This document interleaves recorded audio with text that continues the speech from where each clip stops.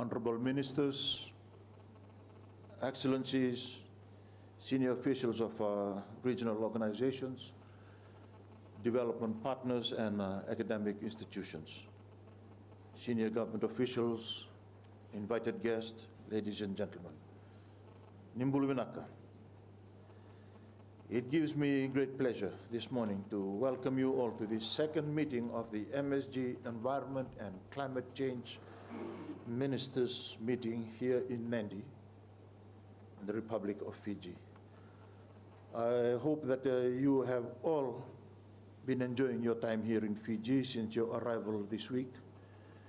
We are indeed privileged to have you again here in Fiji, away from the many pressing commitments that you have at home. Bulwinaka, and welcome again. Just over a year ago, at our inaugural meeting on this same venue, I had mentioned that our participation then was symbolic and historical to the solidarity that we, as a group, are renowned for in engaging in brotherly dialogue and reaching consensus. This unique relationship has enabled us to obtain the blessing of our leaders to establish this ministerial committee. This unique relationship has also led to the signing of the MSG Declaration on the Environment and Climate Change by our leaders on the 30th of March 2012, exactly 2 months after our inaugural meeting. This is a major achievement for which I wish to acknowledge the role played by our senior officials and the support provided by our development partners in finalizing the declaration in record time for the signing by our MSG leaders. Well done to all that were involved in this critical process. Thank you very much. In welcoming you again to this second meeting of the Environment and Climate Change Ministers, I wish to place some emphasis on 4 principles contained in the declarations. These were, and I quote, the first is the Melanesian Blue Carbon Initiative. Number 2 is the Melanesian Terrestrial Commitment. Number 3, the Melanesian Green Climate Fund. And the last, the Melanesian Green Growth Framework.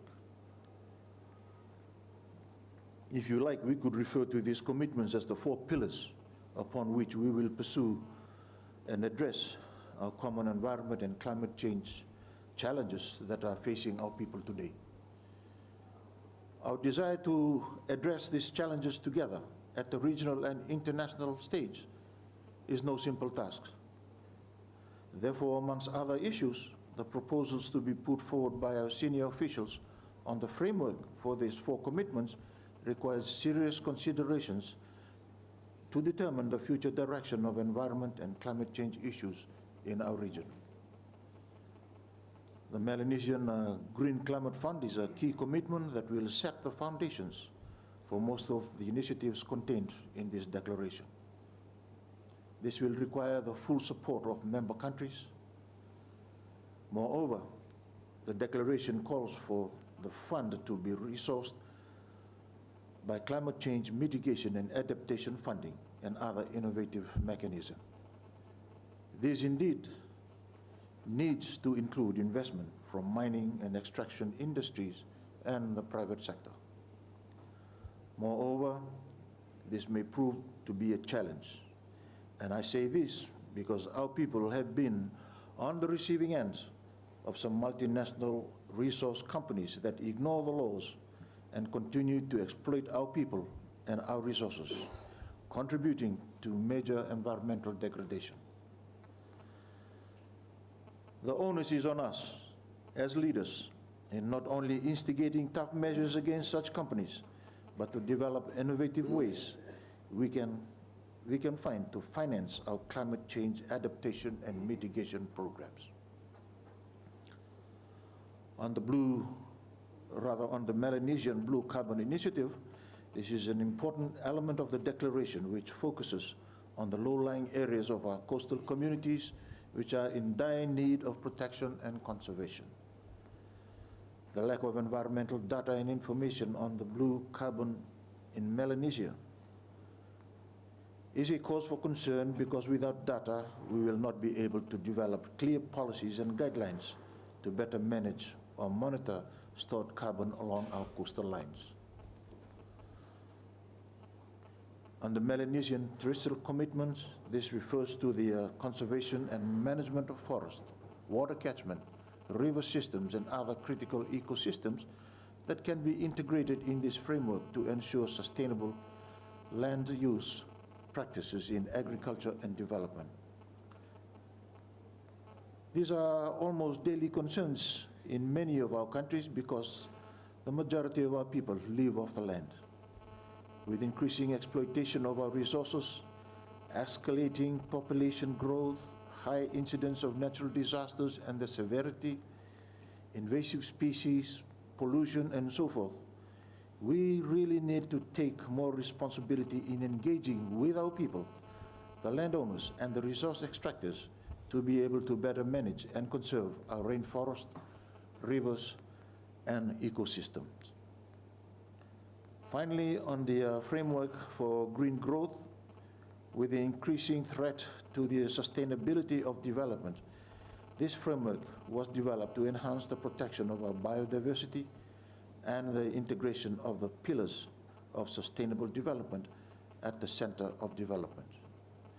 I understand that our officials will be presenting 5 goals for implementing this framework, and I look forward to our deliberations on these goals.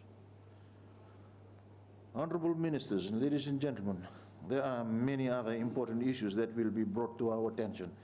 Whilst I do not wish to preempt discussion on these issues, I hope that today we will have an open discussion that will certainly conclude with an amicable agreement and forward-looking resolutions that will assist in uplifting the well-being of our people in Melanesia. At this juncture, I wish our memberships, or rather I extend our membership's sincere gratitude and appreciation to our 2 major sponsors, the International Union on the Conservation of Nature, IUCN, and GIZ, the German Agency for International Cooperation. Both of these organizations have donated generously towards our key meeting activities, events, and the Secretariat program. We also acknowledge with appreciation the support by GIZ and SPC in providing funding for a position of a dedicated climate change analyst within the office of the MSG Secretariat. To them, we are most grateful. I also wish to extend our appreciation to the development partner organizations and academic institutions that have agreed to present papers, in our meeting last week, or rather this week. I also thank the MSG Secretariat for their coordination, preparation, and finalization of all the issue papers. And lastly, we should thank the Secretariat for ensuring that this meeting is held as scheduled. It is thus my fervent hope that we will engage in yet another frank and candid deliberation on the outcomes of important topics put forward to us by the Environment and Climate Change Technical Advisory Committee that have been sitting over the last 2 days. I urge you to give serious consideration to the report that shall be presented by its chair. To this regard, I need to remind us all that the outcomes of the ministers' meeting will be shared with our MSG leaders when they gather in Noumea, New Caledonia for the 19th Special Summit in June later this year. Fellow honorable ministers and excellencies, senior officials of our development partners and regional organizations, senior officials and government officials, I thank you once again for availing yourself to attend this important meeting. I do hope that you will find time to enjoy our Fijian hospitality before you depart. On that note, I now have great honor of officially opening the second meeting of the Melanesian Spearhead Group Ministers of Environment and Climate Change meeting. Naka wakalevu, thank you Tumas, and merci beaucoup.